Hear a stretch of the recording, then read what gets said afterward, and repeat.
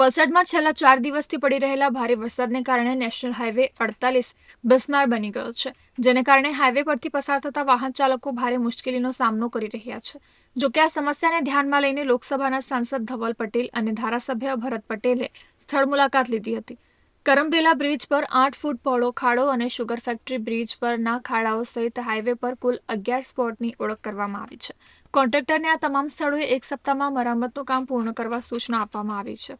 આગામી ચોમાસા દરમિયાન બિસ્માર માર્ગો પર આરસીસી કામગીરી કરવામાં આવશે. હાલ પૂરતા હંગામી ધોરણે ખાડા પૂરવાની કામગીરી હાથ ધરાશે. જો એજન્સી દ્વારા કામગીરીમાં બેદરકારી દાખવવામાં આવશે તો તેમને બ્લેકલિસ્ટ કરવા સુધીની કાર્યવાહી કરવા અંગે સાંસદ ધવલ પટેલે ચીમકી ઉચ્ચારી હતી.